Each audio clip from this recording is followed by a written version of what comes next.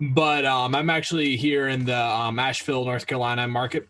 Nice. So there's definitely I joined our local Korea probably back in November.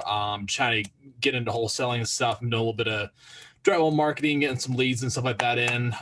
So pretty much right now, I'm just kind of like trying to hone in on where like to spend my money and stuff like that.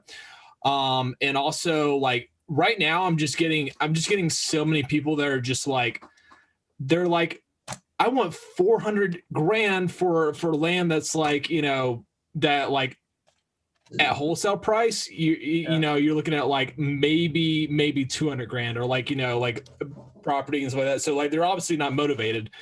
And so I'm just having a lot of issues with like people just wanting way like top dollar because the market's so hot here and they're not wanting to, to come down or budge at all. And, and I've even gone out to a couple properties before and like they're just wanting top dollar for the property, even though it needs a lot of fixing up. And I kind of explained to them, I'm kind of like give them all the prices and stuff. And it's tough. Yeah. Have you done a wholesale deal before? Not yet. I'm Okay. like I said, Okay. I've been just kind of working some leads and stuff. So, Okay, so cool. yeah. So usually I answer this question. There's usually two paths that people do. People say it's too saturated and like it's impossible, and people haven't done deals, and people who've done. And I explain like, hey, look, there's deals out there. So Nashville's a great market. Come to Port St. Lucie, Florida. You see the same thing. I mean, the appreciation here has been insane. Tennessee, there's no state income tax except for like dividends and stuff. I'm in So, Asheville, North Carolina. oh, Asheville. Yeah, Oh, that's a Asheville. great one too. Yeah, yeah, By Tennessee, but yeah. dude, I did 2 deals last year in Asheville. Nice. So it's possible, Yeah. even this crazy market. So Asheville's good. It's a little more working class, but yeah, man, are you just going after land? No, I'm not going for land. Like I said, like they'll have a property on land, but like the one house where they're asking for like 400 grand, like the house was like probably to the condition of like probably need to be torn down. Like even the sellers were like, it needs to be torn down. And they're just asking way too much. I actually went out to one property. It was kind of a deal, but it was more one of the, it was like it was a FISBO on like Silo. And so they were, I told them to, like, I went out there, I made the offer, and it was just like a little bit above tax appraisal value.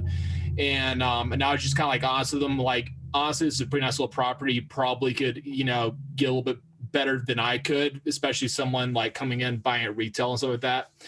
And I just, just being honest with people and like that, so I don't want to go into, to destroy my reputation as far as the market goes.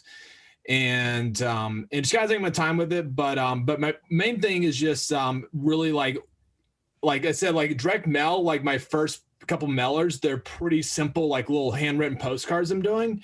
It's just simple, like I've been kind of doing some driving for dollars using Dill Machine and then putting them into to a spreadsheet and then and just simply just been handwriting postcards. But right now I'm kind of figuring out how to scale that up without having to like doing the handwritten like body of it and then putting it into Word. And so that way I'm not having to handwrite the whole postcard, so that way, so I've made kind of like a font of my handwriting, which has been pretty effective. And I'm trying to, so that way I can do more mass a lot faster and not having to spend time without my hand falling off, Oh my gosh. Yeah. The handwritten, it works. I got like 6% on my first test. I got a 6% response rate, which is crazy. So I'm going to double down on the handwritten part. I'm probably going to do some cold calling and stuff, but like I said, my main issue is just people are just wanting way like top dollar. I mean, some of them are pretty motivated. Like they have some, but then again, it's like, they're just wanting astronomical value. So I just kind of like, I'll follow up with you in like a couple months ago and, hopefully you'll come back down to more realistic expectations. So, yeah.